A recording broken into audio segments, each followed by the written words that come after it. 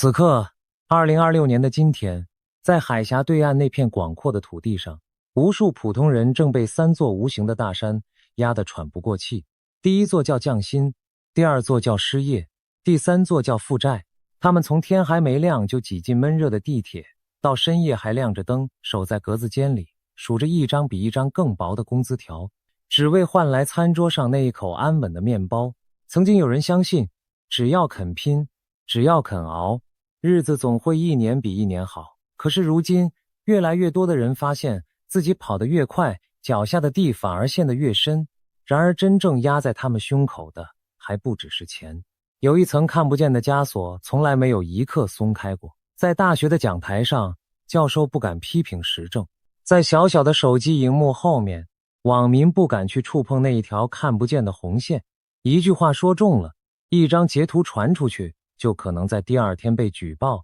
被约谈、被悄无声息地抹去。我们仿佛活在一个既没有面包也没有自由的年代，这真的只是偶然吗？而最近这几年，这一片土地上最常被人挂在嘴边的是两个字：反诈。从清晨的社区广播，到地铁里循环播放的标语，从手机里必须下载的反诈软体，到单位里一场接着一场的反诈讲座，整个社会仿佛都在拼命地提醒着你，当心，你随时都可能被人骗。陌生的来电在骗你，群组里的链接在骗你，那些看起来无比真诚的笑脸背后，也许正藏着一个精心设计好的陷阱。可是你有没有发现一件很吊诡的事情？一个天天都在喊着反诈的社会，他的人民却好像越来越不会独立思考，越来越容易去相信那些自己原本最应该怀疑的东西。我们学会了去提防电话那一头的骗子，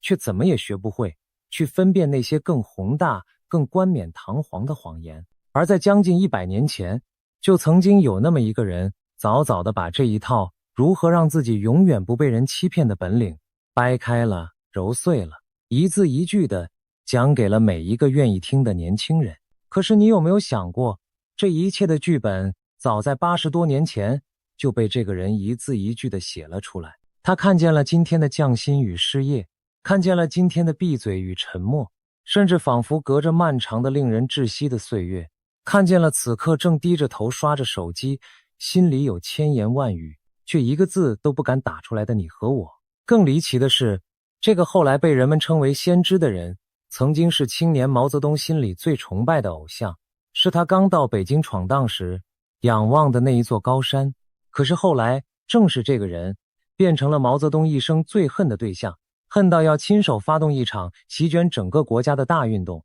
非要把他劈倒、劈臭，彻底踩进泥里不可。他到底是谁？他的名字叫胡适。今天，就让我们一起走进这个被谩骂了整整几十年，却又被那一位开国领袖亲口预言将在21世纪被平反的奇人，看看他究竟说了什么，竟让一个翻天覆地的强人恨了一辈子，又让我们今天读来依然脊背发凉。故事要从一封假信说起。1949年，胡适刚刚离开大陆不久，海峡这边的报纸上忽然登出了一封公开信，署名的人是他相识多年的老朋友，辅仁大学的校长陈元。信里说自己在新政权之下脱胎换骨，学会了一套崭新的方法，过上了真正自由的生活。字里行间全是在劝这位老友早一点回头。可是胡适读完，只是淡淡地叹了一口气，他太了解陈元了，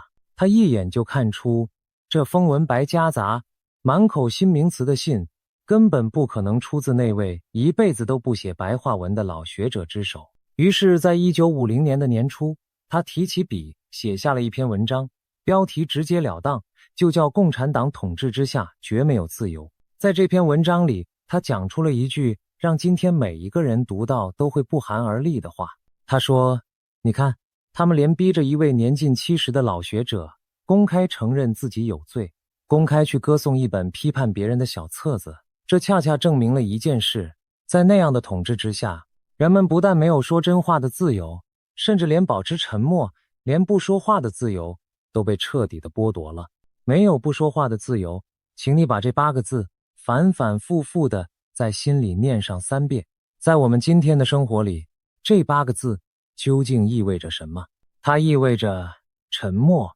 不再是一种权利，闭嘴本身也成了一桩罪。你必须表态，你必须转发，你必须在规定的时刻喊出规定的口号，否则你的沉默就成了你的立场，你的不发声就成了别人手里的把柄。一个社会最深的恐惧从来都不是不准你说真话，而是逼着你去说假话，还要逼你说的声泪俱下，发自肺腑，仿佛那真的是你心甘情愿的选择。胡适在70多年前就已经把这一层最深的恐惧看得清清楚楚，明明白白，而后来流传最广，被无数人认定出自他口中的还有那样一句近乎谶语的判断。他说，美国人来了，有面包也有自由，苏联人来了，有面包却没有自由，而他们来了，没有面包也没有自由。短短的3句话像3记重重的铁锤。今天那些一边还着房贷一边又不敢开口的人，读到这里会不会忽然觉得这个100多年前出生的老人竟比身边任何一个活着的人都更懂自己此刻的处境？你再细细地品一品这种滋味。在这样的一种空气里，最让人感到恐惧的已经不再是有人来追查你说过什么，而是你必须时时刻刻主动地去证明自己的忠诚。逢年过节要转发，遇到大事要表态，看到某一条消息，哪怕你的心里有1万个不认同，你的手指也得乖乖地去点下那一个赞。久而久之，人们学会了一套全新的生存法则，那就是把真心话锁进心底最深的那一个抽屉，只把那些最安全、最正确、最不会惹祸上身的话挂在嘴边。一个人活成了2个人，一个在人前卖力的表演，一个在深夜里独自沉默。胡适早就看穿了，这样一种逼着所有人去说假话的机制，才是对一个民族最深的伤害。因为当说真话成了一种需要鼓起勇气的冒险，当连保持沉默都成了一种罪过，这个民族最宝贵的那一样东西，独立思考的能力，也就在一次又一次的表态里被悄悄地阉割掉了。那么，这个能够看穿几十年后的胡适到底是什么人？他生于1891年，安徽绩溪一个并不显赫的家庭。19岁那一年，他考取了用庚子赔款设立的官费留学名额，独自一人漂洋过海，去了大洋彼岸的美国。也正是在那里，他遇见了2位彻底改造他这颗脑袋的老师。一位是大名鼎鼎的哲学家杜威，教会了他怎样去思考，教他把世上一切漂亮的学说，一切诱人的理想，都先当成一个还没有被证明的假设，去冷静地看待。另一位是他终生都奉为宗师的赫胥黎，教会了他怎样去怀疑，教他绝不轻易相信任何一个拿不出充分证据的东西。胡适后来自己说过，他这一生的思想受这2个人的影响是最深最深的。1917年，这个刚刚拿到博士学位的年轻人，怀着一腔的热血回到中国，登上了北京大学的讲台，与陈独秀等一批人一道，掀起了那一场惊天动地的新文化运动。他提倡白话文，他宣扬个性的解放，他宣扬思想的自由，一时之间成了整个中国年轻人心中闪闪发亮的明星。我们今天可能很难再体会到胡适当年提倡白话文到底是一件多么了不起的事情。在那之前，几千年来，知识、文字、学问一直都被牢牢地锁在极少数读书人的手里。最普通的老百姓一辈子也读不懂那些知乎者也的文章，更别说用文字去写出自己心里的话。而胡适他们所做的，就是把这一把锁狠狠地砸了开来。他要让每一个人，让卖菜的、拉车的，让最普通的贩夫走卒都能够读书，都能够写字，都能够用最朴素的话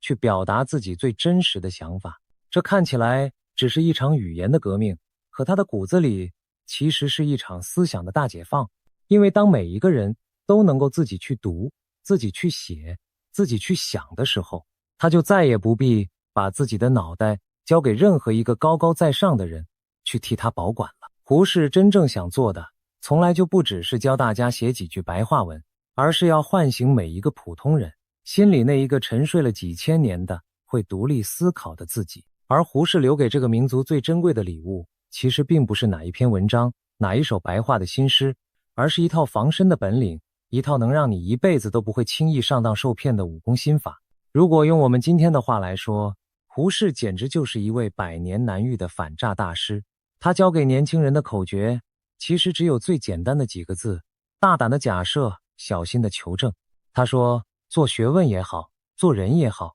第一步是大胆的去怀疑，第二步是小心的拿出证据。他常常引用老师贺胥黎的那一句话，叫人牢牢记住4个字：拿证据来。紧接着，他又给这4个字补上一句，叫人记住3个字：为什么。他说，年轻的朋友们，你们进学校到底是为什么？你们加入一个政党到底是为什么？你们拼了命去闹革命又到底是为什么？接着他说出了一句重得惊人的话，他说，人和畜生的分别就在这一个为什么上面。一个从来不问为什么，别人让他信什么他就信什么，别人让他喊什么他就喊什么的人，和一头被人牵着鼻子走的牲口又能有什么两样呢？胡适还有一只小小的锦囊，里面装着这一套心法全部的用法。他说，没有证据的时候，这件事就先给它悬着，千万不要急着下结论。证据还不够的时候，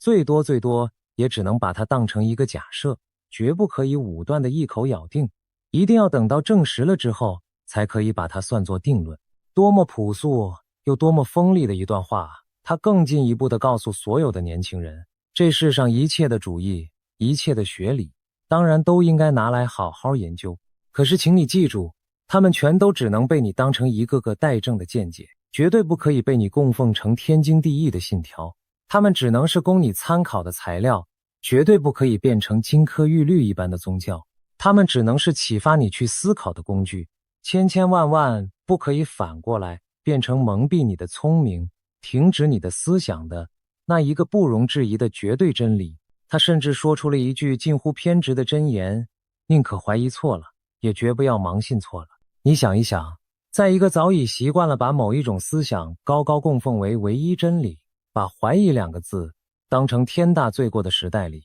胡适这一套拿证据来，这一套凡事先问一个为什么，这一套绝不准把主义变成宗教的学问，是多么的刺眼，又是多么的危险。胡适把这一整套学问最后浓缩成了一句他毕生都最看重的话。他常常讲起一个禅宗里的典故，说当年达摩祖师不远万里从西方东来，求的究竟是什么？求的不过是要寻一个不受人惑的人，一个不会被任何人、任何花言巧语、任何漂亮口号所迷惑的人。胡适说，这就是他对所有年轻人最大的期望。他甚至把这一种看待人生的态度干干净净地归结成了4个词：第一是怀疑，第二是事实，第三是证据，第4是真理。凡事先存一分怀疑，再去寻找事实，再去拿出证据，最后才小心翼翼地去接近那一个真理。你发现了吗？这一套8、90年前的老方法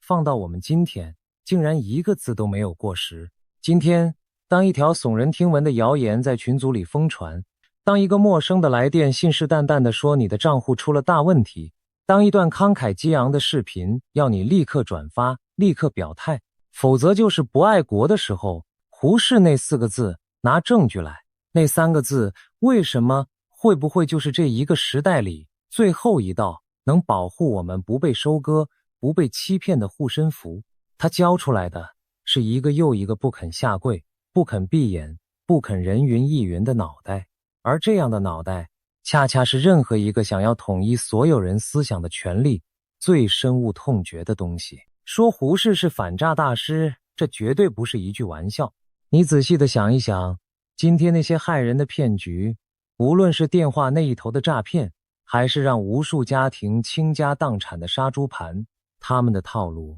其实都惊人的相似。第一步是制造一种让你来不及思考的紧迫，比如说你的账户马上就要被冻结，比如说这个天大的好机会稍纵即逝。第二步是不许你去求证，不许你去问为什么，只要你立刻照着做。第三步是用一种人人都信的热烈气氛去淹没你心里那一点点微弱的怀疑。可是你发现了吗？这一套让你上当的逻辑，和那一种让整个社会闭嘴的逻辑，骨子里其实是一模一样的。他们都怕你慢下来，都怕你冷静，都怕你开口去问那一句，拿证据来，都怕你在心里默默地问那一句为什么。所以胡适教给我们的根本就不只是怎样读书，怎样做学问，而是怎样在这样一个处处都是陷阱的世界里，守住自己那一颗不肯被轻易牵着鼻子走的清醒的脑袋。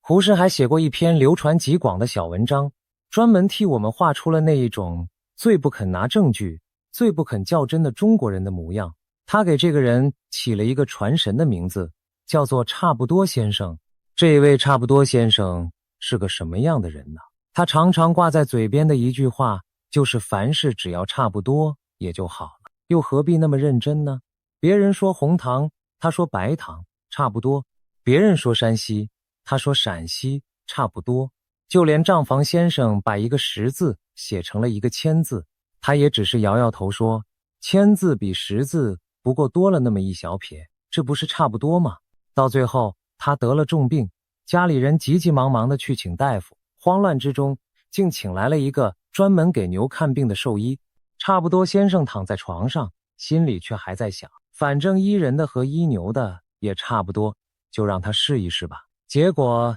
自然是一命呜呼。胡适写这一篇看似好笑的文章，骨子里却藏着一把最锋利的刀。他要刺破的正是这个古老民族的身上那一种最要命的毛病，凡事都马马虎虎，凡事都差不多，凡事都懒得去追问一个准确，懒得去较真一个为什么。而你发现了吗？一个习惯了凡事差不多的人，恰恰就是最容易被那些精心编造的谎言轻轻松松骗进去的人，因为他从来就没有那一份非要把事情弄个水落石出的较真劲儿，也就早早的把自己心里那一道最后的防线拱手交了出去。而胡适这个人最了不起的地方是他从来不只是嘴上说说，他自己就是这一套方法最好的示范。他一生最有名的一项研究，恰恰就是去考证那一部《红楼梦》。在他之前，多少人把《红楼梦》读成了一本影射宫廷的密码，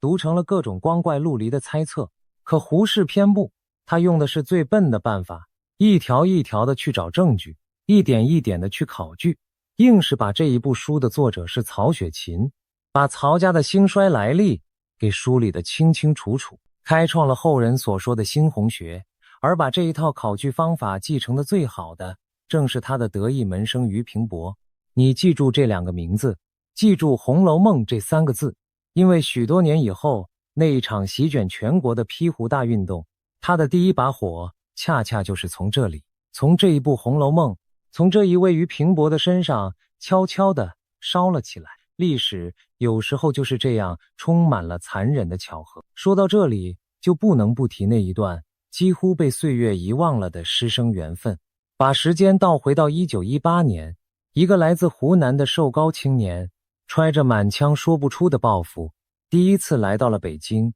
经由恩师杨昌济的引荐，他在北京大学的图书馆里谋到了一个每月只有8块银元的助理员职位。他每天的工作就是登记前来借阅报纸的人的名字。而此时的胡适正是北大最年轻也最耀眼的一位海归教授，每个月的薪水高达260块大洋。一个在门口默默地登记着借书人的姓名，一个在台上意气风发地指点着江山，两个人的境遇简直是天上和地下。这个年轻人常常会抽出一点空闲，悄悄地挤进教室去旁听胡适讲课。他后来甚至对人说自己也算得上是胡适的学生。这个年轻人的名字叫毛泽东。许多年以后，当美国记者斯诺走进那一片红色的根据地，问起他年轻时候的偶像，毛泽东毫不掩饰地说，在我青年的时候，我非常崇拜陈独秀和胡适的文章，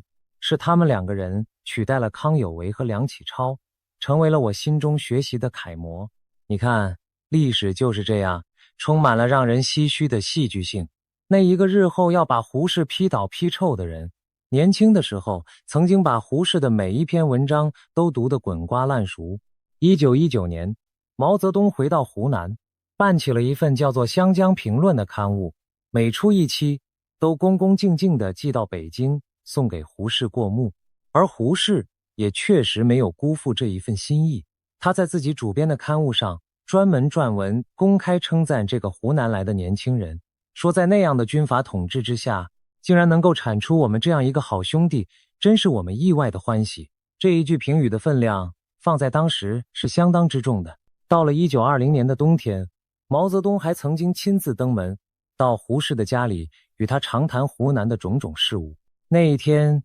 一向有写日记习惯的胡适在自己的本子上淡淡地记下了短短的一笔。毛泽东来谈，如果这个故事就在这里停下，他们两个人本该是一对亦师亦友、彼此欣赏的忘年之交，可偏偏就在那前后，一道无形的岔路已经悄悄地横在了两个人的脚下。当时的中国正掀起一场后来十分著名的争论，史称问题与主义之争。胡适写下了那一篇振聋发聩的文章，题目叫做多研究些问题，少谈些主义。他苦口婆心地一遍又一遍地劝告所有满腔热血的青年，不要动不动就抱着一个从外国搬过来的号称能够包治百病的大主义，天真的以为只要信了他，这天下立刻就能太平。他要大家踏踏实实地沉下心来，一个问题一个问题地去研究，去解决。在他看来，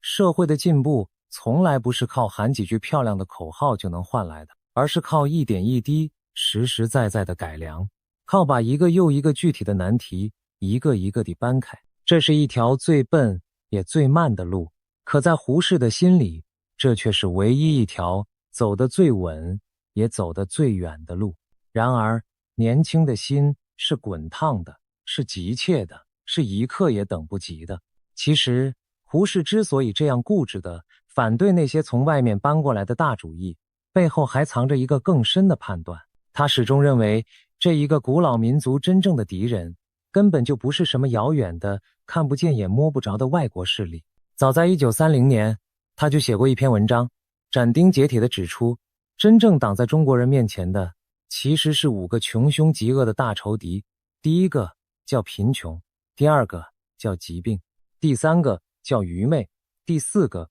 叫贪污，第5个叫扰乱。他说，正是这5个摸得着也看得见的大鬼，才是真正把这一个国家一步一步拖进苦难深渊的元凶。他最反对的就是有些人动不动就把一切的苦难一股脑的全都推到某一个外来的敌人身上，然后高高的喊起一句响亮的口号，仿佛只要打倒了那一个假想出来的敌人，所有的问题就能在一夜之间烟消云散。胡适偏要冷冷地反问上一句，你倒是先拿出证据来告诉我，你的贫穷，你的愚昧，你的贪污，究竟是哪一个外国人硬塞到你手里的？把自己所有的不幸都痛痛快快地归罪于别人，固然是一件解气的事，可那一条路从头到尾都解决不了自己脚下那一个又一个最真实也最具体的难题。在那一个救亡图存，恨不得一夜之间就能改天换地的年代，胡适这一套慢工出细活，凡事都要拿证据，凡事都要问为什么的冷静学问，在很多人听来实在是太慢了，太温吞，也太扫兴了。他们渴望的不是这样细水长流的改良，而是一声惊天动地的雷霆，是一条能够超进的捷径，是一个能把所有问题一次性全部解决掉的金光闪闪的终极答案。于是就在这一道命运的岔路口上，毛泽东选择了主义，选择了信仰，选择了那一条要用铁与血去彻底翻转一切的革命之路。而胡适却固执的、孤独的守在了原地，守着他那一套被许多人嘲笑为书生之见的问题与证据。一个要的是把旧世界整个推倒，从头再来；一个要的是一点一滴耐着性子的改良；一个要把思想凝固成唯一的不容置疑的真理；一个却要让思想永远保持怀疑，保持开放。从这一刻起，这一对曾经惺惺相惜的师友便走上了再也无法交汇的2条路。而几十年后，那一场惊动全国的大恨，那一场声势浩大的批判，其实早就埋藏在了这一道小小的岔口之中。那么胡适究竟在守护着什么，竟然值得他用整整一生去这样固执？答案就藏在他写于1930年的一篇文章里。在一个离别的深夜，他奋笔写下了一段被后人传颂至今的话。他说，现在有人对你们说，牺牲掉你们个人的自由，去换取国家的自由。可是我要对你们说，争取你们个人的自由，这本身就是在为国家争自由，争取你们自己的人格，这本身就是在为国家争人格。一个自由平等的国家，绝对不是一群奴才能够建造得起来的。一群奴才是建不起一个自由的国家的。这几句话像一道劈下的闪电，瞬间照亮了百年的迷雾。胡适这一生最看重的，正是这一个具体的、活生生的、有血有肉的个人。他反反复复地说，你要把你自己这一块材料好好的把它铸造成器。因为他深深地懂得，当每一个人都甘愿跪下，都甘愿闭上嘴，都甘愿把自己的脑袋交出去的时候，这个国家最后剩下的就只是黑压压的一大片跪着的奴才。而奴才再多，也终究撑不起一个大写的人字。然而胡适所守护的这一切，恰恰是那一个新政权最不能够容忍的东西。1949年，当许许多多的知识分子还在去与留之间痛苦的犹豫的时候，胡适却看得异常透彻。他选择了南下，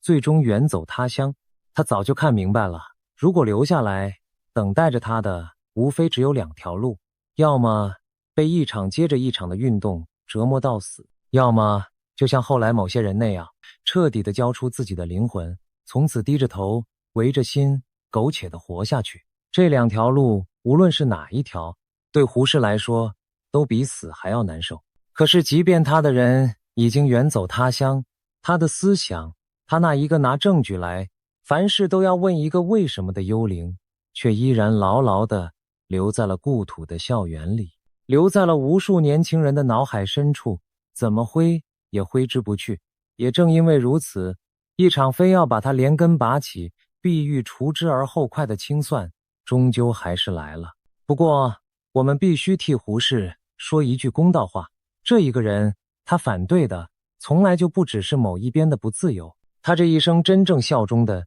从来不是任何一个党派，而是自由这两个字本身。离开大陆之后，在海峡的这一边，有一本叫做《自由中国》的杂志，胡适挂着他发行人的名义，他曾经把自由主义这一个信仰清清楚楚地归结成了几层意思。第一层是自由，第二层是民主，第三层是要能够容忍那些反对你的人，反对你的党，第四层是用和平渐进的方式去改革，而不是靠暴力去翻天。尤其是那第三层，容忍反对者，是他到了晚年想得最深，也说得最痛切的一点。1959年，他在《自由中国》这本杂志上写下了一篇文章，留下了那一句振聋发聩的名言。他说，容忍比自由还要更重要。一个社会如果连一句反对的声音都容不下，连一个不同的意见都听不进，那么他无论把自由两个字的招牌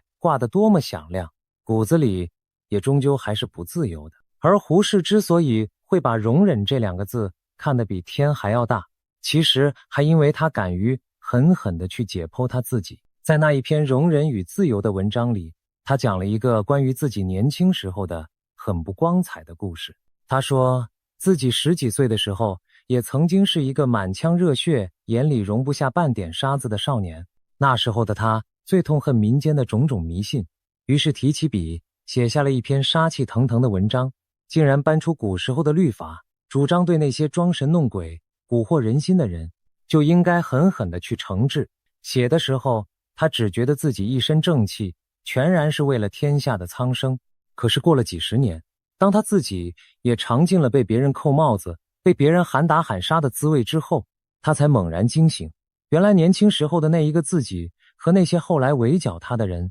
骨子里竟然是一模一样的。他们都太相信自己手里紧紧攥着的就是这世上唯一的真理，于是便理直气壮的要去消灭一切和自己不一样的声音。正是这一份对自己最深刻的反省，才让晚年的胡适说出了那一句重于千钧的话：容忍远比自由更加重要。一个人只有先学会了去容忍那些他最看不顺眼的意见，这一个社会才有可能真正的拥有自由。这里还有一段很能说明胡适为人的往事。早在1948年，当时的最高领袖曾经亲口提议，想让胡适来出任这一个国家的总统，自己则退后一步，去做那个负责实际政务的行政院长。这在许多人的眼里简直是一步登天，是天大的荣耀。可是胡适思来想去，最终还是婉言谢绝了。一个一辈子都在提倡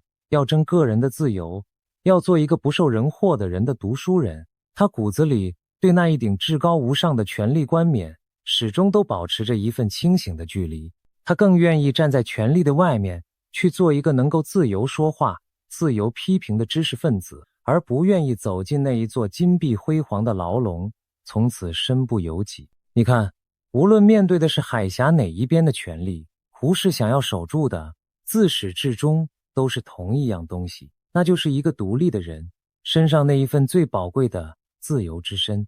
而胡适也绝不只是嘴上说说而已。早在1952年，他就因为不满当局对言论的种种钳制，愤而辞去了自由中国发行人的职务。他借用了一句古老的训诫：唯有名分与器物是绝对不可以随随便便借给别人的。他不愿意自己的名字被挂在一本连话都不能痛痛快快说出来的刊物上。到了1960年的9月，那一场著名的雷震案爆发了。自由中国杂志的实际负责人雷震，因为筹划着要组织一个新的政党，被当局抓捕入狱，杂志也被迫停了刊。已经风烛残年的胡适急得心如火焚，他四处奔走，亲自发出电报，向当时的高层极力陈情，想要保住雷震，保住那一点点仅存的言论空间。虽然到最后他终究还是没能救得了雷震，可是这一幕却让我们看得清清楚楚。胡适这个人，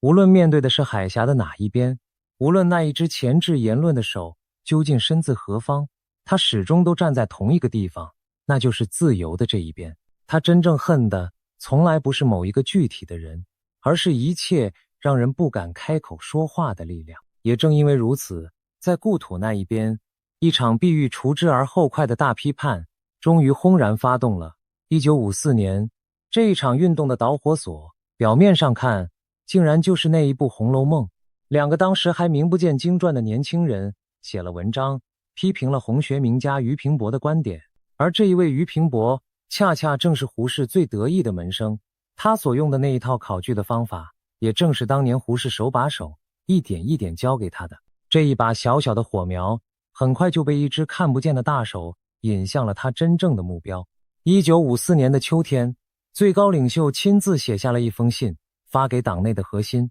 明明白白地点出要对胡适这一派的资产阶级唯心主义思想展开一场彻底的批判。一声令下，整个国家的笔杆子都被迅速地动员了起来。一个由文坛领袖郭沫若亲自挂帅的委员会宣告成立，从1954年的年底一直开到第二年的春天，光是集中火力的批判会议就接连开了21次。紧接着，这场运动便迅速蔓延到了全国的每一个角落。最后，那些用来批判胡适的文章被一篇一篇地结集出版，整整装订成了8大册，洋洋洒洒加在一起超过了200多万字。在这数百万字的口诛笔伐里，胡适被人扣上了一顶又一顶害人的帽子。他被骂作是帝国主义豢养的走狗，被骂作是马克思列宁主义最坚决、最不可调和的死敌，甚至被骂作那一个必须被彻底打倒的当代孔子。一个曾经被整整一代青年奉为人生楷模的人，就这样在自己的故土被结结实实地钉上了耻辱的柱子。可是这一场运动真正的矛头，其实未必真的对着远在海外的胡适本人。许多人是到了后来才慢慢看明白的。最高领袖真正想要敲打的是党内的某一些人、某一种思想，而胡适不过是被他顺手拎了出来，当成一个现成的用来杀鸡儆猴的工具罢了。一个已经远走他乡，手里再无一兵一卒的书生，为什么还要动用整整一个国家的力量去这样往死里批？这件事本身就已经足够耐人寻味了。而这一场批判最让人感到心寒的地方，还不在于骂得有多狠，而在于他逼着多少人去做了那些违背良心的事。那一套8大册的批判文集是由三联书店结集出版的，名字就叫《胡适思想批判》。翻开那些书页，你会发现一个又一个熟悉的名字，他们当中有胡适当年的学生，有曾经受过他提携的后辈，甚至有与他相交多年的老朋友。在那样的一种压力之下，他们不得不站出来，调转笔锋，去声讨这一位曾经的师长，曾经的恩人。有的人是被逼得实在没有办法，围着心写下了那些话，写的时候或许连手都在发抖。有的人则是真的以为只要踩着胡适往上爬，自己就能换来一条坦途。胡适看着海峡对岸的这一切，心里到底是什么滋味，我们已经无从知晓。可是这一幕恰恰最深刻地印证了他当年那一句最沉痛的话，在那样的天地里，人们连保持沉默的自由都已经没有了。你不开口不行，你不狠狠地踩上一脚更加不行。而最耐人寻味的还是远在海外的胡适，面对这铺天盖地的咒骂所表现出来的那一种反应，他没有暴跳如雷，也没有立刻撰文去反击，他做了一件出乎所有人意料的事，他不动声色地把那8大册骂他的书一本一本全都想方设法地搜集了回来。然后他戴上自己的老花镜，一页一页认认真真地从头读到尾，还在书页的空白处密密麻麻地写下了自己的批注。后来有一位老朋友受人之托写信给他，信里为了宽慰他，特意说了一句：我们批判的是针对你的思想，并不是针对你个人。胡适读到这里，提起笔，在这一行字的旁边写下了一句轻轻的却又重于千钧的反问。他写道：除了思想之外，还有什么才是我？是啊，除了思想还剩下什么？是胡适一个人。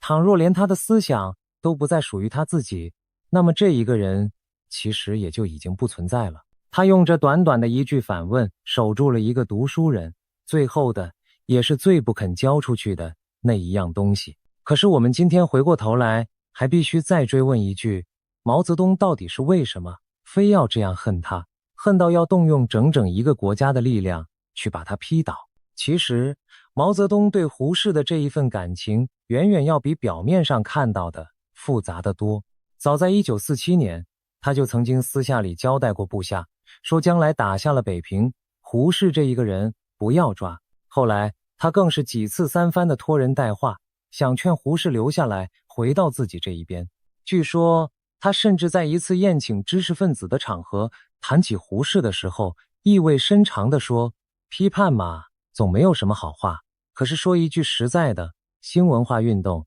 它是有功劳的，这一点不能一笔抹煞，总要实事求是。等到了21世纪，那一个时候再替他恢复名誉吧。你看，这是何等矛盾又何等复杂的一段话。那么这一份深入了骨髓的恨到底是从何而来的？答案或许就藏在胡适那一整套学问本身。一个政权，如果它的根基恰恰是建立在让所有人都相信同一个主义，都喊着同一个口号，都做着同一个梦之上，那么胡适这样的人就是他最最可怕的敌人。因为胡适教给每一个普通人的恰恰就是凡事都要拿证据来，恰恰就是凡事都要多问一个为什么，恰恰就是永远不要把任何一种主义当成那不容怀疑的宗教。一个满脑子都在问着为什么的民族是无法被轻易驱赶的羊群。胡适这个人的存在本身就是对思想统一这4个字最彻底也最有力的否定。而这一场运动最残忍的一笔，最后落在了胡适自己亲生儿子的身上。胡适有一个小儿子，名叫胡思杜，当年没有跟着父亲一起离开。他天真的以为，只要自己公开的和父亲划清界限，再狠狠地批判上几句，他就能够甩掉父亲头上那一个沉重的影子，轻轻松松地融入那一个崭新的社会。于是在1950年，他写下了一篇文章，公开的声讨起自己的父亲，把胡适骂作是人民的敌人。这篇文章后来被各大刊物争相转载，甚至成了第一波批胡浪潮的引信。可是这个孩子终究还是把一切都想得太简单了，他狠狠地低估了那一个年代的决心。他以为割袍断义就能换来一张安稳的入场券，却怎么也想不到，在那样的一种逻辑里，他身上流着胡适的血，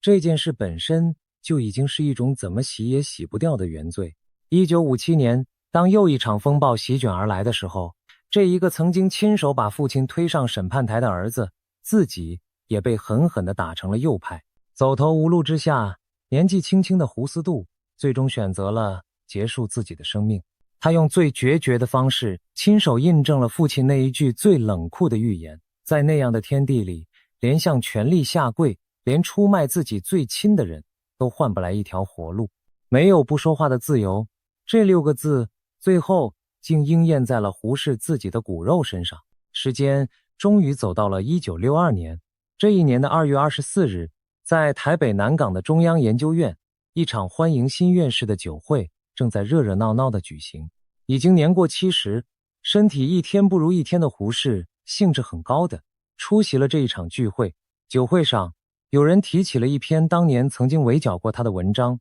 言语之间颇有几分替他不平。胡适听了，却缓缓地站起身来，脸上含着笑，说出了一段话。他说：我挨了整整40年的骂，可是从来没有生过气，并且是欢迎之至的，因为这恰恰代表了我们所珍视的言论自由和思想自由。话音刚刚落下，满堂便响起了热烈的掌声。他似乎被这气氛深深的感染，又激动地大声疾呼了好几句关于言论自由的话，仿佛要把自己一生的信念都在这短短的一刻里倾尽而出。然后他似乎忽然感到了一丝不适，连忙收住了话头，笑着对大家说：好了好了，今天就说到这里，大家再喝一点酒，再吃一点点心吧，谢谢大家。宾客们开始三三两两地散开，他还含着笑站在原地，和一个又一个人握手道别。可就在他转过身去的那一刹那，他的脸色突然变得惨白，身子晃了一晃，便仰面向后直直地倒了下去，后脑先是重重地磕在桌沿上，再重重地摔倒在了那冰冷的磨石子地上。当天晚上7点多钟，这一位为了自由奔走呼号了整整一生的老人，永远地闭上了他的眼睛。他走得太巧了，巧的简直就像他自己留下的一句谶语，一个用一辈子去拼命捍卫言论自由的人，到最后竟然是在为着言论自由大声疾呼之后溘然倒下。人们在清点他遗物的时候，意外地发现，这一位做过驻美大使、当过北大校长、名满天下的胡适留下来的全部现金竟然只有135美元。可是在他出殡的那一天，从南港一直到市区，沿途自发前来为他送行的民众据说竟然多达30万人。这里面有达官显贵，也有贩夫走卒，有白发苍苍的老者，也有志气未脱的学生。那一位曾经与他激烈论战过的最高权力者也送来了一副挽联，称他是新文化之中旧道德的楷模，是旧伦理之中新思想的师表。而在他那一方朴素的墓碑上镌刻着这样一段话：这一个为了学术文化的进步，为了思想言论的自由，为了民族的尊荣，为了人类的幸福而苦心交思，历经劳神乃至于身死的人，现在在这里安息了。我们深深地相信，他的形骸终究会化灭，山陵也终究会变迁。可是这一位哲人所给予这一个世界的光明，将永远永远地存在下去。然而最神奇的事情恰恰就发生在这里，你越是想把一颗种子连根拔起，它的根反而会扎得越深。在故土那一边，胡适的名字被批倒批臭的时候，在海峡的这一边，他亲手播下的那一颗种子却在悄悄地发着芽。一个又一个年轻人读着胡适的文章长大，把他那一套独立思考、凡事拿证据来的精神当成了自己一辈子的信念。后来有一位以笔锋犀利而闻名的作家李敖，就曾经把胡适那一句争个人自由便是为国家争自由的话，称为胡适思想真正的精神所在。你看，思想这一样东西是世上最奇怪的，你可以关押一个人的身体，你可以烧掉一个人的书，你甚至可以动用千军万马去围剿一个人的名字，可是你却永远也没有办法去杀死一个已经被点亮了的念头。只要还有一个人记得在自己的心里默默地问那一句为什么，那么胡适就从来没有真正的离开过。胡适走了，可是他的故事并没有就此结束。还记得毛泽东那一句奇特的预言吗？他说，到了21世纪，再替胡适恢复名誉。如今我们早已身在21世纪，曾经那一个被骂作走狗、被骂作死敌的胡适的幽灵，竟然真的悄悄地回来了。在大陆的书店里，他的著作重新被摆上了书架，有的地方甚至专门为他设起了专柜，一版再版，他成了一位堂堂正正的畅销作家。当年那一场声势何等浩大，足足动用了200多万字去围剿他的大批判，到头来竟什么也没能真正消灭。为什么？因为他用一生去守护的那一样东西，那一个自先秦诸子以来就深深地植根在这个民族血脉里的对于自由的渴望，从来就不是任何一种力量能够长久地压得住的。历史终究会把它本来的面目一点一点地重新交还给后来的人们。被掩埋的终会重见天日，被谩骂的终会被重新读懂，这就是时间最终的公道。说到这里，胡适这一生还留下过一句最能够安慰人心的话，他说，这一个世界上从来就没有一份努力是会白白浪费掉的。你今天种下的每一颗种子，洒下的每一滴汗水，在当下也许看不见一丁点儿的回报，可是它绝不会凭空消失，它只是悄悄地藏进了泥土最深的地方，静静地等待着某一个你意想不到的春天再破土而出。他把这一个道理凝成了4个字，叫做功不唐捐。而胡适他自己恰恰就是这一句话最好的证明。在他最孤独、最被人谩骂的那些岁月里，他依然固执的一刻也不肯停下，播撒着独立思考的种子。他并不知道这些种子究竟会在哪一天发芽，可是他依然选择了把它一颗一颗认认真真的继续栽种下去。而几十年后的今天，当我们重新捧起他的书，当我们在自己的心里重新学会了去问那一句为什么，那一颗颗当年被深深埋下的种子，不就正在我们每一个人的心田里悄悄地抽出嫩芽了吗？所以当我们重新回到开头的那一个问题，回到2026年的此时此刻，回到那一个个还着房贷却不敢开口，刷着手机却不敢评论的普通人身上，胡适这一个80多年前就已经看穿了一切的老人，留给我们的究竟是什么？是绝望吗？恰恰相反，他留给我们的是一帖最朴素却也最有用的解药。他告诉我们，无论这一个时代怎样的喧嚣，无论有多少人想要让你闭嘴，想要让你下跪，想要让你把某一种主义当成那不容怀疑的真理，你都要努力，努力的去做一个不受人祸的人。听到任何一种声音，都先在心里轻轻地问上一句，拿证据来。看到任何一句口号，都先在心里默默地问上一句为什么。因为他早就告诉过我们，争你自己的那一点点自由，便就是在为这一个国家争自由。一个自由平等的国家，从来就不是一群奴才能够建造得起来的。我们每一个人能不能在自己的心里为自己守住那一点点不肯下跪的清醒，这一个问题的答案，胡适早在80多年前其实就已经替我们写好了，剩下的就看我们自己愿不愿意把它好好的读懂了。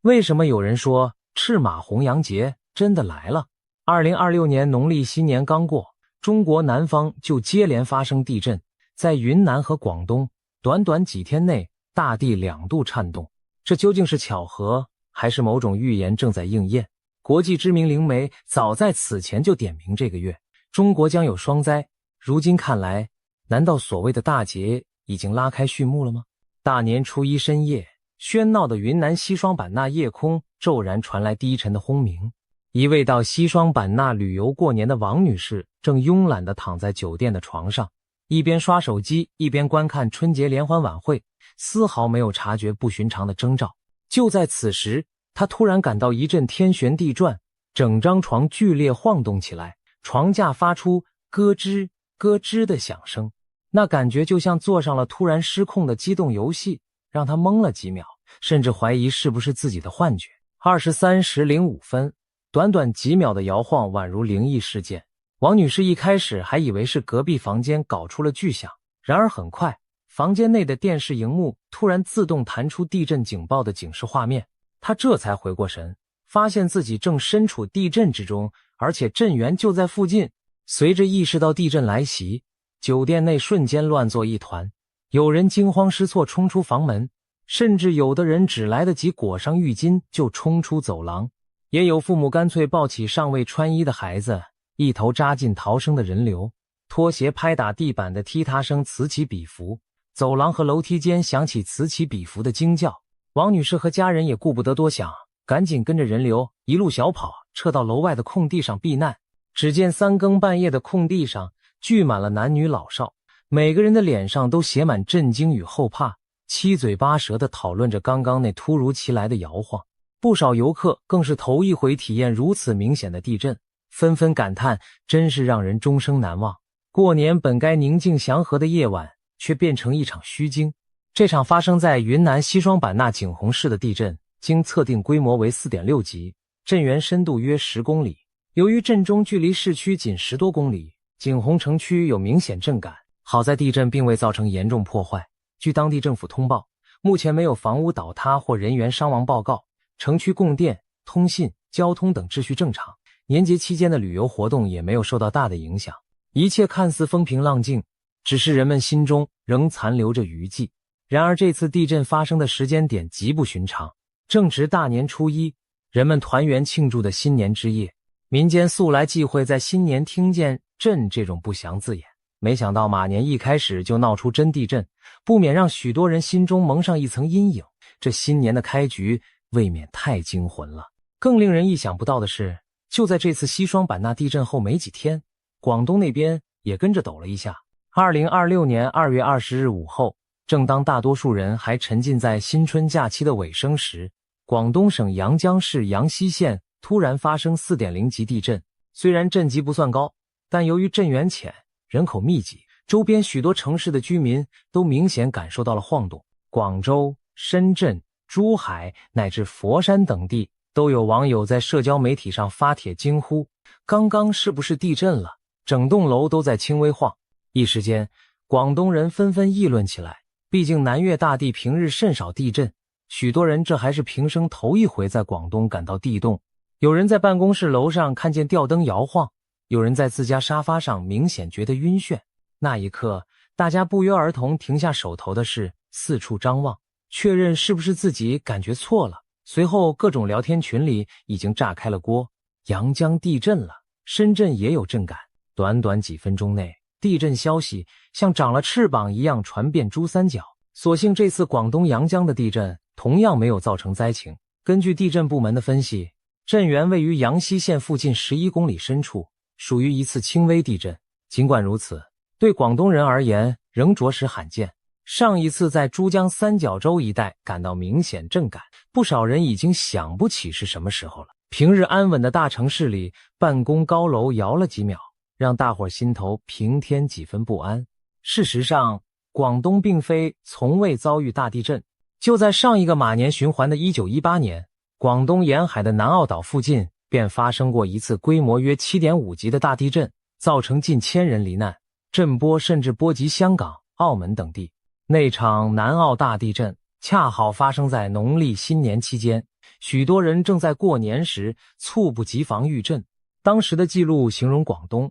福建交界处山崩地裂，海啸汹涌，这是华南地区有史以来最强烈的地震之一。巧合的是，1918年正是丙午马年，60年一甲子后的今年又逢马年，相隔一个甲子的南方震动，难免让人浮想联翩。短短3天之内，西南的云南和华南的广东先后出现地震，南北双震的巧合引起了广泛关注。有人戏称马年刚到就鲁开震界，莫非真像网传的那样，赤马红羊节要来了？所谓赤马红羊节，最近在民间被炒得沸沸扬扬，指的就是今年的丙午马年和明年的丁未羊年。这2年因五行属火，火象征红色，又分别对应马与羊2个生肖，所以俗称赤马年和红羊年，并流传着逢此双年将有大劫难的说法。这种说法源于中国古代的谶纬预言文化。南宋有位学者柴望，在他的著作《丙丁归鉴》中就提出了赤马红羊节的概念。他翻阅历史后发现，凡是遇到丙午、丁未这相连的2年，往往天下多有变动，灾异频仍。因此他提醒世人居安思危，尤其统治者更要戒慎恐惧。历史上确实不乏巧合之处，上一次出现赤马红羊年是1966年和1967年，那2年对中国而言可谓多事之秋。先是文化大革命风暴自1966年席卷全国，社会动荡不安。随后在天灾方面，1966年春天，河北邢台地区发生强烈地震，数千人罹难，一片残垣断壁。紧接着1967年夏秋间，全国多地又闹饥荒和洪水，人民生活雪上加霜，政治斗争和自然灾害相伴而至，仿佛真应了那劫字。再往前追溯，1906年至1907年恰逢上一个丙午、丁未年，彼时清朝风雨飘摇，革命风潮暗流涌动，终于4年后清王朝土崩瓦解。此外，1906年前后，国内也是灾害频发，瘟疫饥荒此起彼伏。再比如1846年、1847年正值晚清，道光年间大旱灾和战乱接踵出现，而不久之后太平天国起义爆发，改朝换代的序幕渐开。类似的历史巧合还有不少，于是赤马红羊必有劫难的传言在民间愈传愈玄乎。每到这2年，不仅老百姓提心吊胆，据说古代皇帝也会额外举行祈福攘灾的法事来求个心安，可见这个说法的影响之深。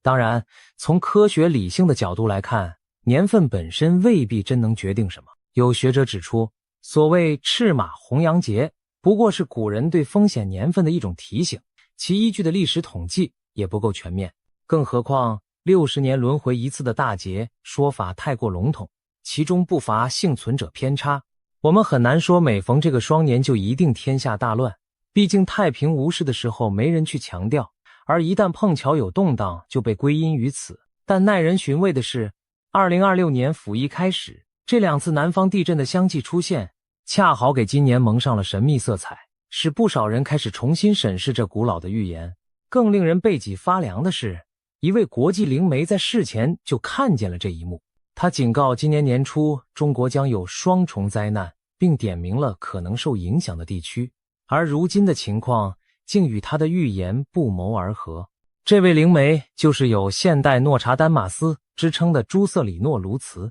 朱瑟里诺是巴西著名的预言家和灵媒，据说自幼就拥有通过梦境预知未来的神秘能力。他声称许多灾难在发生前都曾在梦中提前播放给他看，为此他还习惯将梦见的预兆写成信件，寄给相关国家的政府或机构，以示警告。听起来匪夷所思，但朱瑟里诺过往的一些预言事迹确实让人不得不佩服他的未卜先知。2004年12月，印度洋发生了震惊世界的苏门答腊9级大地震和毁灭性海啸，夺走了数十万条生命。令人毛骨悚然的是，朱瑟里诺早在1996年就曾把一封预言信寄给某国驻印大使馆，在信中他清楚写道，2004年12月26日清晨，南亚将发生 8.9 级强烈地震，并引发高达10米的巨浪海啸，印尼、印度、马来西亚、泰国等国沿海将遭受灭顶之灾，至少1万人死亡。事后证明，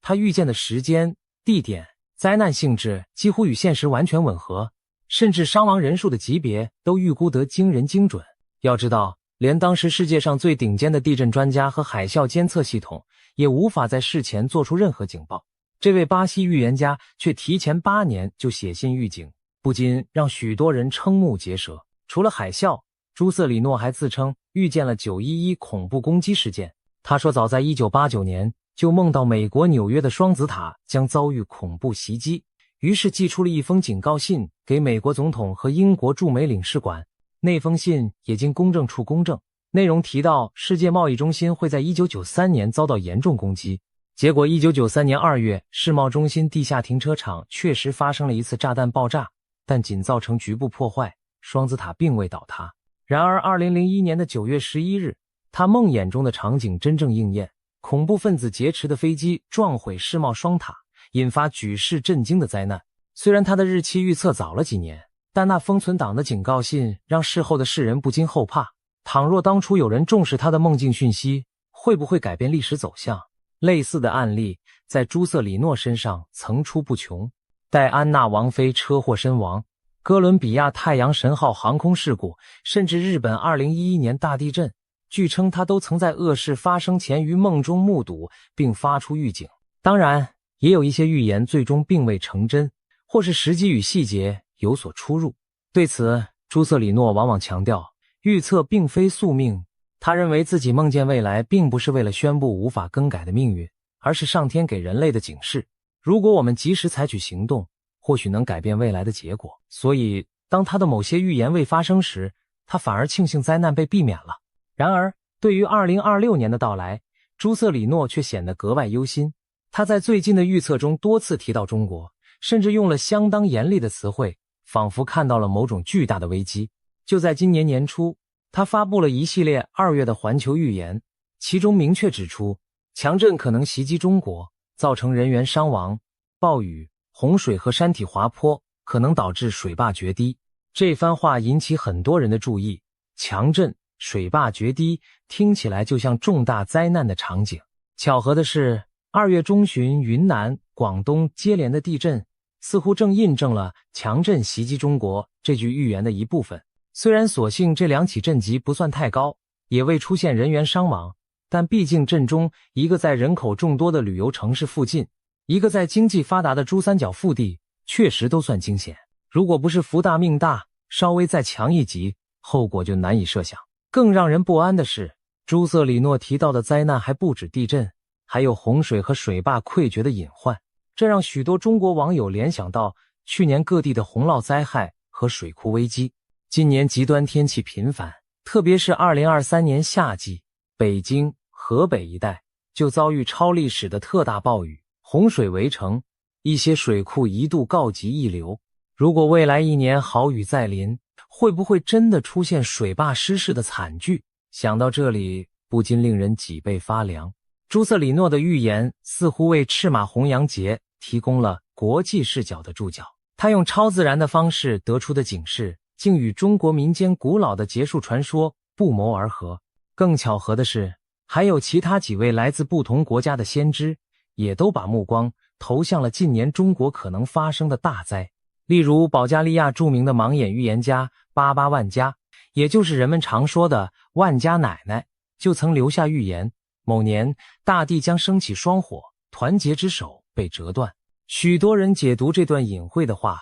与东亚局势和灾难有关，认为可能暗指战乱或重大天灾。英国的预言家克雷格·帕克则在最近的预测中警示说，中国将面临一次审判级的大地震。帕克甚至将这场大地震跟政治因果联系起来，暗示中国积累的某些恶业将被清算。不论这些说法是否偏激，他们至少说明了在全球神秘学圈子里，一股对于中国将临浩劫的预感正在汇聚，而时间指向的正是当下这个节点。面对这些耸人听闻的预言与迹象，我们该作何反应？是一笑置之，全当迷信，还是半信半疑，提高警惕？回顾历史，真正的大灾难来临前，其实往往存在一些蛛丝马迹，只是很多时候人们不愿相信或者忽视了它们。例如大地震之前，动物会出现反常行为，这在古今中外都有记载。1976年唐山大地震前，传闻当地井水无故上冒气泡，发出怪声，夜里还有人看见天边闪现诡异的红光。2008年汶川地震前10多天，四川某地出现成群的蟾蜍在公路上集体出游，场面骇人听闻。当时很多人不明所以，动物学家解释说是气候原因导致蟾蜍迁移，地震局也否认和地震有关。然而10多天后的大灾难让所有人追悔莫及，也许那上万只着急出走的蟾蜍正是嗅到了地壳深处的不安。纵使科学无法证明两者联系，但人们宁愿相信那是大自然发出的警告信号。不过也有极少数例子证明，提前预测地震并非完全不可能。著名的1975年海城地震，中国科学家正是结合了一系列异常迹象，例如地下水位骤变，群众和动物出现种种异常，发出了紧急警报，组织东北辽宁海城地区的居民提前撤离，成功避免了重大伤亡。这是世界地震预报史上少有的成功案例。然而仅仅1年之后，突如其来的唐山大地震还是让国人猝不及防，显示出预测地震的巨大难度。就在过去的2025年，云南地区也发生了一连串令人心惊的异象。先是3月下旬，邻国缅甸发生 7.7 级强震，云南边境地区明显感受到剧烈晃动。而在地震当天下午和次日，云南多地的天空接连出现罕见的景象，只见太阳变成一个殷红如血的圆球，高悬天际约半小时之久，整个天空仿佛被染上一层诡异的色彩。许多当地居民惊得目瞪口呆，直呼头一回见到血红色的太阳，心中发毛。有网友联想到古书上记载血日当空则地动，不禁脊背发凉。果然，就在那血日异象登上网络热搜的同一天夜里，云南曲靖市境内真的发生了 4.4 级地震。虽然不算大震，但也让人心跳漏了一拍。更奇特的是，不到1周之后，云南又有人拍到血红色天空的夜景，仿佛整片天幕被夕阳余烬烧透，红得不真实。在同样时期，临近的四川也有人目击夜空呈现罕见的紫色光幕。这些离奇天象引发种种联想，网上议论纷纷。今年注定不平凡，天有异象恐有大事，会不会是灾难的前兆？即便气象专家出面解释说，血日奇观可能是大气散射和折射效应，紫天空可能与特殊云层条件有关，但许多人仍将信将疑。不仅如此，那几天华南华中一带气候也极为反常，时值初春，本该渐暖，江西、湖南等地却飘下大雪，甚至出现罕见的米粒状冰线，漫天仿佛下着白色大米，落地会弹跳破裂，古人称之为米雪，也是极不寻常的景象。古代典籍记载，雨线兆凶，意思是在春暖时节降下这种雪线是不祥之兆，往往预示君失其道，臣下不忠，天下将乱。种种反常现象汇聚在一起，难怪民间开始人心惶惶。有人直言有种末日来临的既视感，而事实上，朱瑟里诺在那时候的预言亦有提到2025年4月，中国可能发生7级左右的大地震，并伴随极端强降雨和水坝险情。所幸2025年并未出现如此剧烈的地震，但不少地区的洪灾倒是部分应验了。究竟是逢凶化吉，还是灾未降临，真的很难说清。到了现在2026年，我们似乎正站在风暴前夕的宁静中，回顾过去1年那些惊心动魄的前奏，诡异的血日，惊走的蟾蜍，天降的米雪，再加上这开年的南方霜震，所有这些迹象和传说交织在一起，让人不由自主地思考，难道真有一场大劫在前方虎视眈眈地等待着我们吗？马年的开局已如此刺激，接下来还会有什么？那位灵媒口中的强震，会不会只是小试牛刀？更大的还在酝酿，是否真会有某座水坝在洪水中不堪重负？亦或有我们尚未知晓的其他灾厄正在暗处积蓄力量，准备在这赤马红羊2年期间爆发？面对未知，恐惧固然在所难免，但也正因为未知，我们才有改变未来的可能。预言毕竟不是以下的判决，而更像一封提前送达的提醒信。我们可以将它视为无稽之谈，把巧合当作笑谈，也可以选择从中汲取一点警醒，未雨绸缪。毕竟不管预言准不准，身处地震多发带的居民做好防灾准备总没错，备好应急包，了解避震要点，加固危险建筑，关键时刻都可能救人一命。至于那些宏大的结束，普通人或许改变不了历史潮流，但至少可以保持理性和善良，努力让自己和家人立于不败之地。或许最终2026年和2027年会像普通年份一样平安度过，我们回头看时会庆幸担忧过头，又或许未来某天回想今天的讨论，我们会惊觉许多事早有伏笔。历史长河里，人类曾无数次面对天灾人祸，也无数次从废墟中崛起。我们这代人正经历的，不论是劫是福，都终将成为下一代人口中的故事。蚂蚁启程，羊在路上，希望我们能平安度过这所谓的赤马红羊节，也希望预言终究只是预言，大劫化于无形。然而在此之前，我们不妨睁大双眼，留意脚下大地的每一次脉动和天空给出的每一道暗示，因为谁也不知道哪一刻灾难会突然降临，又是哪一道征兆可能拯救生命。总之，马年的开场已经给我们敲响了一记警钟。无论你是否相信预言，这段离奇而真实的经历都提醒着我们敬畏自然，居安思危。也许预言中的剧本正悄然展开，我们每个人都是其中的角色，但剧本的结局如何，还掌握在我们自己手中。让我们怀着希望与戒备走过这不平凡的年份，静待时间去验证一切。或许若干年后再谈起2026年的这个春天，我们会莞尔一笑，只觉得那不过是一场虚惊。也或许我们将以这一年为分界，见证历史翻开新的篇章。世事难料，但正因如此，我们才更加珍惜当下每一天的平安与团圆。愿大灾不至，愿人间无劫。如果命运真的来敲门，我们也已经有所准备，不再惊慌失措。马年伊始的双震将会是虚惊还是序曲，只有时间知道答案。我们能做的就是在传说与现实之间走好自己的每一步路。今天我们要聊聊最近在网络上刷屏的北京狰狞异象，以及它是否真的是预言中2026年致命大灾的征兆。这场话题之所以引爆全网，是因为在北京接连出现了许多罕见而离奇的现象，让人不禁毛骨悚然。难道传说中的赤马红羊节真的要来了吗？让我们深入盘点这些异象，一步步抽丝剥茧，看看天灾人祸的前兆是否已经浮现。先从大地传来的异象说起。今年年初，有北京市民惊呼家乡的土地在冒汗，北京多达81处泉眼在干涸数十年后突然复活，清泉咕嘟咕嘟地从地下涌出。听起来这是好事，代表地下水位回升，生态转好。但在爱好玄学的人看来，这81处泉水同时复涌，仿佛是帝都的地气在外泄。他们担忧这暗示着北京这条龙脉正在出现裂纹，地下深处积蓄的能量压抑不住，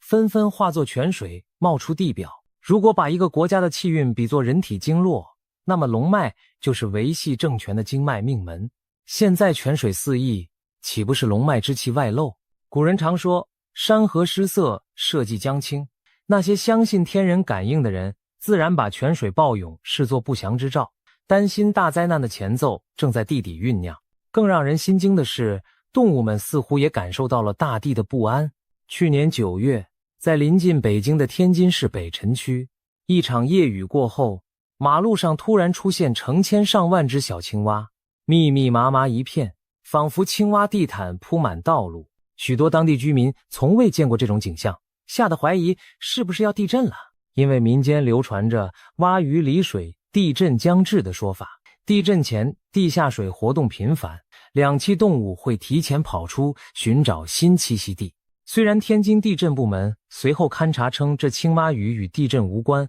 只是环境因素导致的偶发现象，但这异象本身仍然引发社交媒体上的恐慌讨论。有人回想起1976年唐山大地震之前，就有报道说当地井水莫名上涨，成群蟾蜍出没街头。如今在京畿附近重现满地蛤蟆的景象，不能不让人心里打鼓。几乎在同一时期，还有报道称北京郊区的农田里冒出了火苗，这是真事还是谣传呢？原来2025年夏末，有农民在平谷区地头夜间看到地面隐隐冒火，飘出焦油气味，赶紧报警。专家调查后发现，那是地下垃圾填埋的沼气自然所致，并非什么地狱之火。然而当这消息在网上发酵，许多网友戏称这是地火冲天的凶兆，大地都烧起来了，难道要天崩地裂？结合泉水暴涌与青蛙满地，仿佛土地在哭喊，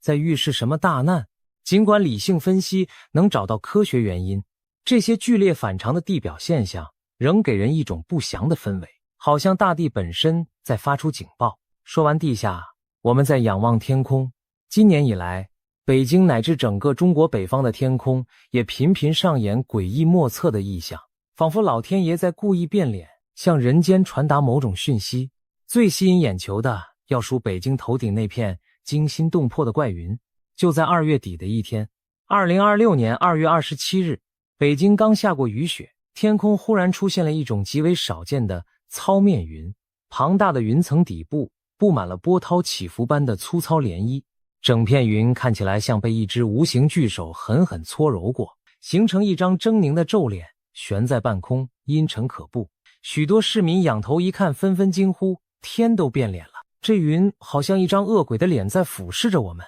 在照片里，那云底的漩涡阴影组合起来，还真像五官扭曲的巨脸一般。有人联想起古代传说，天有变脸，国有大变，直冒冷汗。当然，气象专家表示这不过是特殊大气条件下形成的乳状云变种，但网上早已议论炸开北京上空出现如此狰狞异象，岂能是祥瑞？无独有偶，就在北京城出现怪云的前后，天空中还降下了奇异的光影和天体幻象。今年春节前夕，2026年2月中旬，黑龙江哈尔滨市的市民被头顶的景象惊呆了，天空中竟同时并列着7个太阳。当地有人在2月14日下午拍到这幕奇景，正中央是一个耀眼的真太阳，而左右上下映出多重日影，一共有7个明暗不一的太阳映像挂在云中，场面宛如科幻电影。这其实是极罕见的大日晕加幻日光学现象，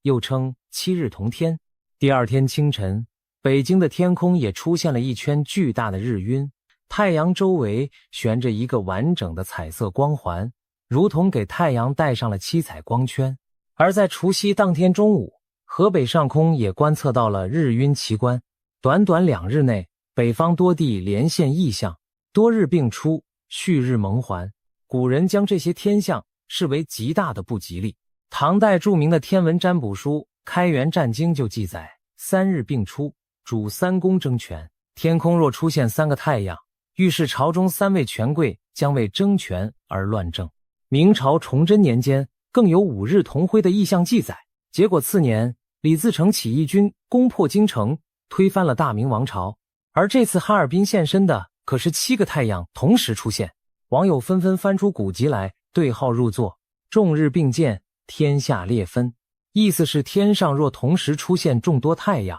预兆天下将4分5裂，秩序崩坏。虽然我们知道幻日是冰晶折射的光学现象，但如此罕见的7日凌空还连着在不同地区频繁出现，不能不让人背脊发凉。难道真应了古训，要天下大乱了吗？除了多太阳和日晕，各种罕见的天空奇观近期也是层出不穷。去年9月，辽宁朝阳市天空骤现诡异的乳状云，云底出现密集的圆润下垂洞孔，好似天穹被凿出无数窟窿，场面既壮观又瘆人。今年初，北京、河北的夜空中出现了不明的光束带状云，有人拍到一道巨大的发光轨迹划过天际，一度被猜测为 UFO 出没后证实是火箭发射残留的火箭云。在更早的2024年4月，北京夜空还有碧绿色的火球陨石掠过，亮如绿色烟火，在接近地面时轰然爆裂。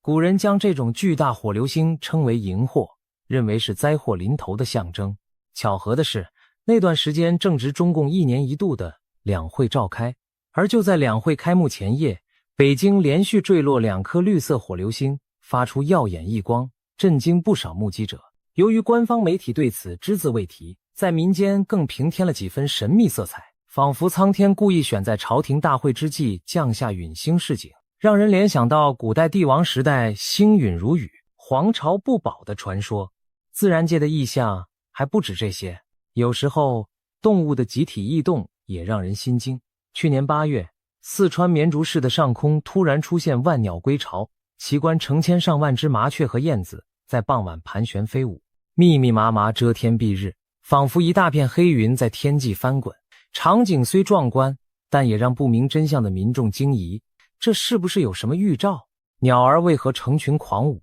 专家解释说，这是鸟类迁徙时借助气流盘旋，等待同伴的正常行为。然而就在同一时期，从东北到华北也报告了几起鸟群异常聚集事件，例如北京门头沟、潭柘寺景区，2021年初也出现过上万只两鸟盘旋的景象，遮天蔽日，引起游客恐慌。虽然科学上能解释为候鸟迁徙，但中国传统观念里，动物异常往往与灾祸相关。鸟飞兽走必有警，昔日唐山地震前夕，也有老鼠成群出逃，鸭子半夜惊叫的传闻。如今接二连三的大批鸟群异动，又恰逢天下局势动荡，难怪有人将其视作天灾人祸要降临的前奏。从地底泉涌、蛙乱惊鸡，到天上7日齐现，怪云横生，近年来这一连串罕见异象很难不让人产生联想。在中国传统文化里，向来有天人合一和天人感应的思想，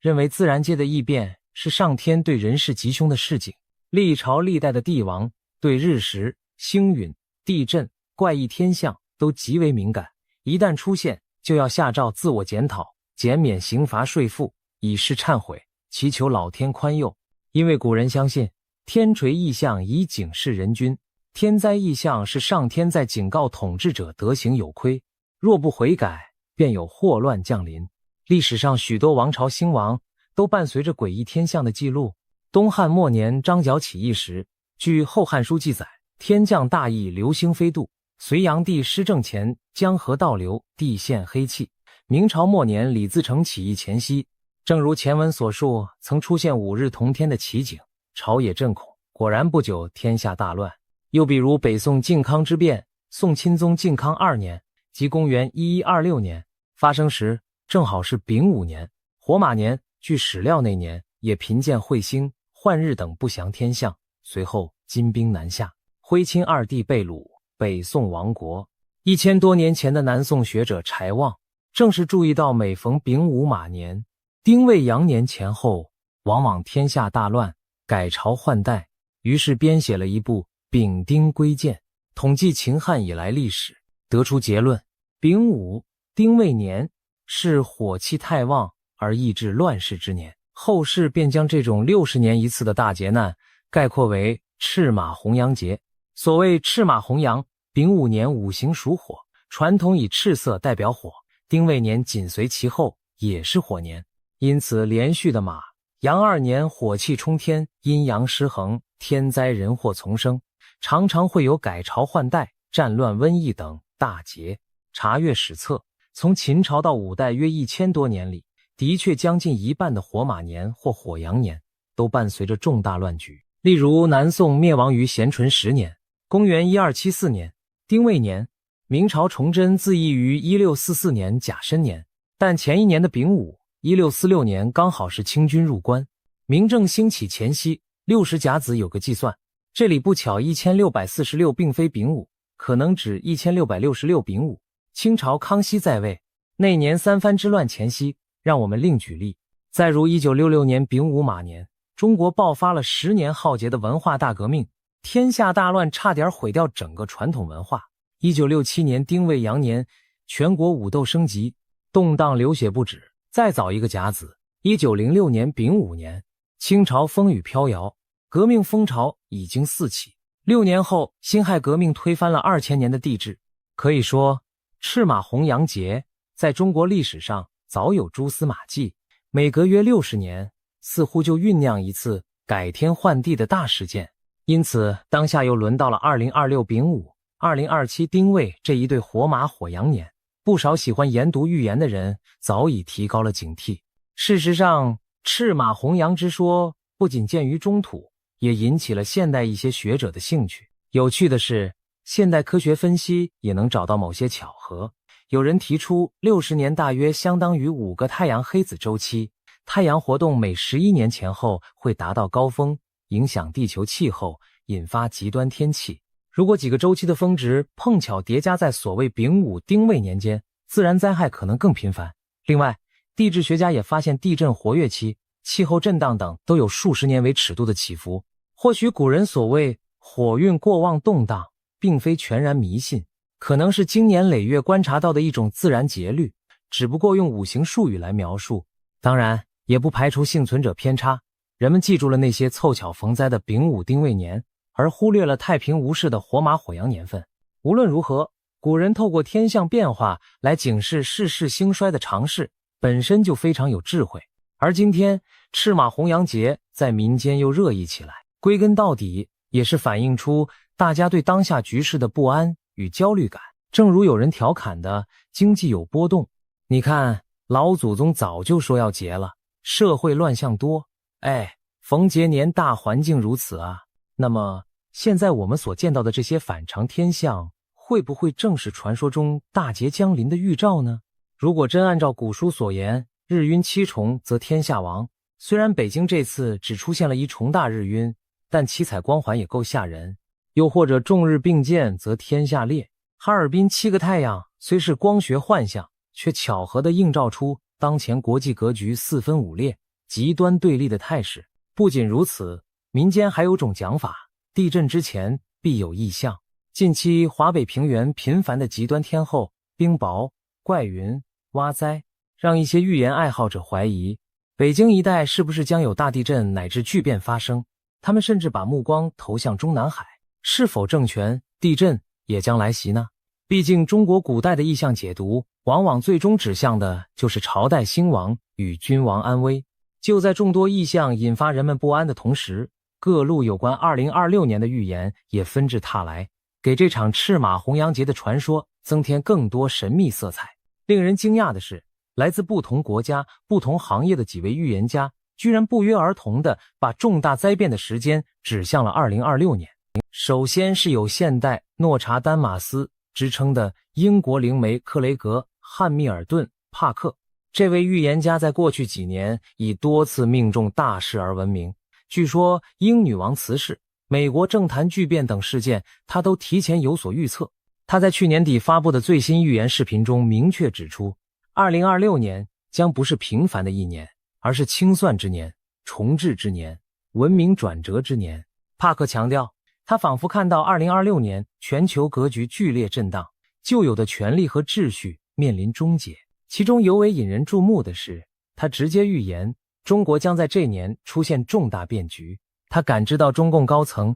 尤其是军方，会有人离奇失势，甚至失踪，军队内部可能发生动荡清洗，进而影响最高领导。更惊人的是，帕克曾提及习近平将在7月前后下台，由一位更强硬的人取代的预兆。他形容中国民众会逐渐醒悟过来，而这场权力更迭将标志着共产政权的终结。尽管这说法听上去危言耸听，帕克已有一些预言似乎正在应验。今年年初，中共军中第2号人物张又侠突然被免职查办，就与他预警的军方高层离奇消失不谋而合。因此，帕克关于2026的惊世之论在华人世界引发极大关注，不少人把他视作诺查丹马斯在世，认为他点破了中共气数将近的天机。与此同时，在华人社会内部也有高人早有警示。台湾一位知名的民俗预言家杨登科先生就提出了2026 5大灾难预警的说法。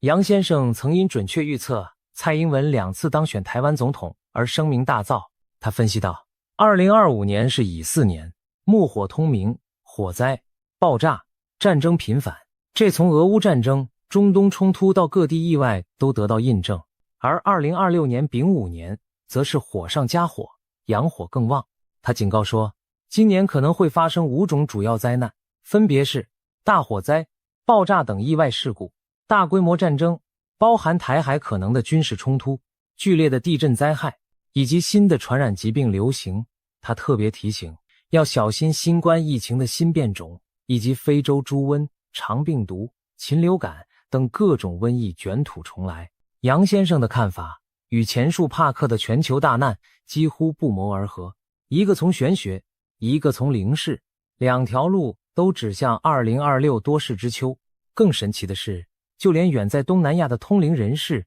也发出了相似的预言。据海外媒体报道，菲律宾一位灵媒在一次公开占卜中预言，2026年将是恐怖之年，死亡人数多到难以计算。他声称自己看到了全球将爆发某种可怕的疫情或灾难，有人解读为一种食人真菌的大流行，可能像科幻剧情般引发全球封锁。同时，世界政坛将有3位领袖接连离世，其中一位据说是亚洲的大国领袖。许多人立刻联想到中国的习某人，因为早前也曾有预言说习近平将因健康问题撑不过弘阳节年。事实上，2023年底，习本人突然消失在公众视线许久，就一度传出他中风病危的猜测。巧合的是，这也对应了英国另一位知名占卜师 Parker 先前的点示，习或将在节年遭遇重大健康劫难。这几条线索汇合起来，让人不得不感叹玄之又玄。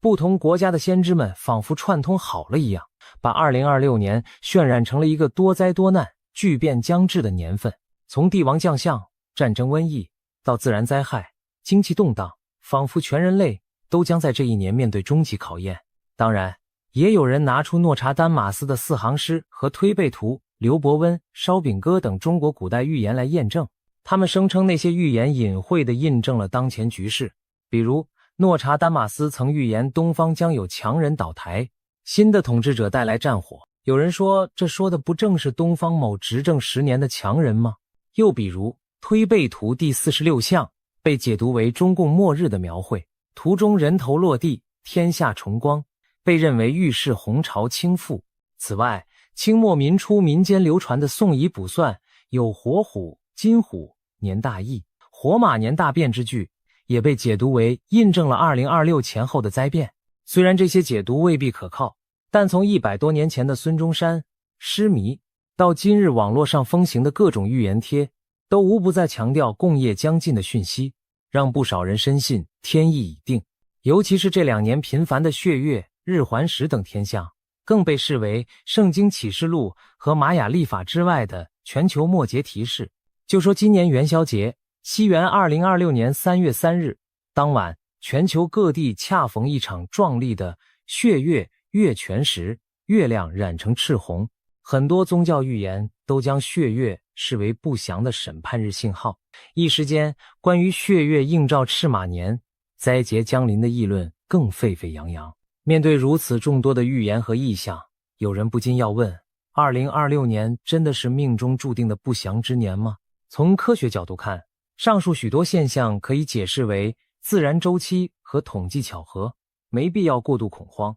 然而，人类社会毕竟和自然紧密相连，当我们看到天空地下同时出现反常景象，内心难免会产生某种本能的不安，就像风暴来临前动物会焦躁不安一样。或许正如现代心理学所说，这是一种对环境变化的集体潜意识反应。我们的祖先用神话和寓言将其表达，而我们现代人则试图用理性去解析。但无论信与不信，在这个多事之秋，居安思危总不是坏事。毕竟，纵观历史，每逢王朝末年，民间也总流传种种预言，有的成了伪科学的笑谈，有的却一语成谶。最后，我们不妨抱着开放的态度看待这一切异象与预言。也许天灾人祸本就在周期中酝酿，即使没有神秘力量干预，人类也该为自己的贪婪和傲慢付出代价。也许真有某种冥冥之中的警讯，希望我们悬崖勒马，避免灾祸扩大。古人讲天垂象，见吉凶，意思是老天给出征兆，让人明辨趋避。在今天这些狰狞异象面前，我们当然不能完全迷信，但也无妨引以为鉴。就像西方谚语说的，希望最好的情况，同时为最坏的结果做准备。2026年的大幕才刚刚拉开，究竟是灾难重重，还是有惊无险，唯有交给时间去检验。可以肯定的是，无论天意也好，人为也罢，审慎谨慎，敬畏自然，才能让我们在变局中立于不败。如果真有那场致命大灾劫要来，我们也好早做准备，自救互救。而如果一切只是虚惊，也不枉增长了见识，反思了人与自然的关系。总而言之，面对天上地下的种种异兆，我们既不要过度恐慌，也不可掉以轻心。或许上天正在以他自己的语言提醒着我们什么。至于预言中的劫难最终会不会应验，就让我们拭目以待，在动荡的岁月里保持清醒与希望吧。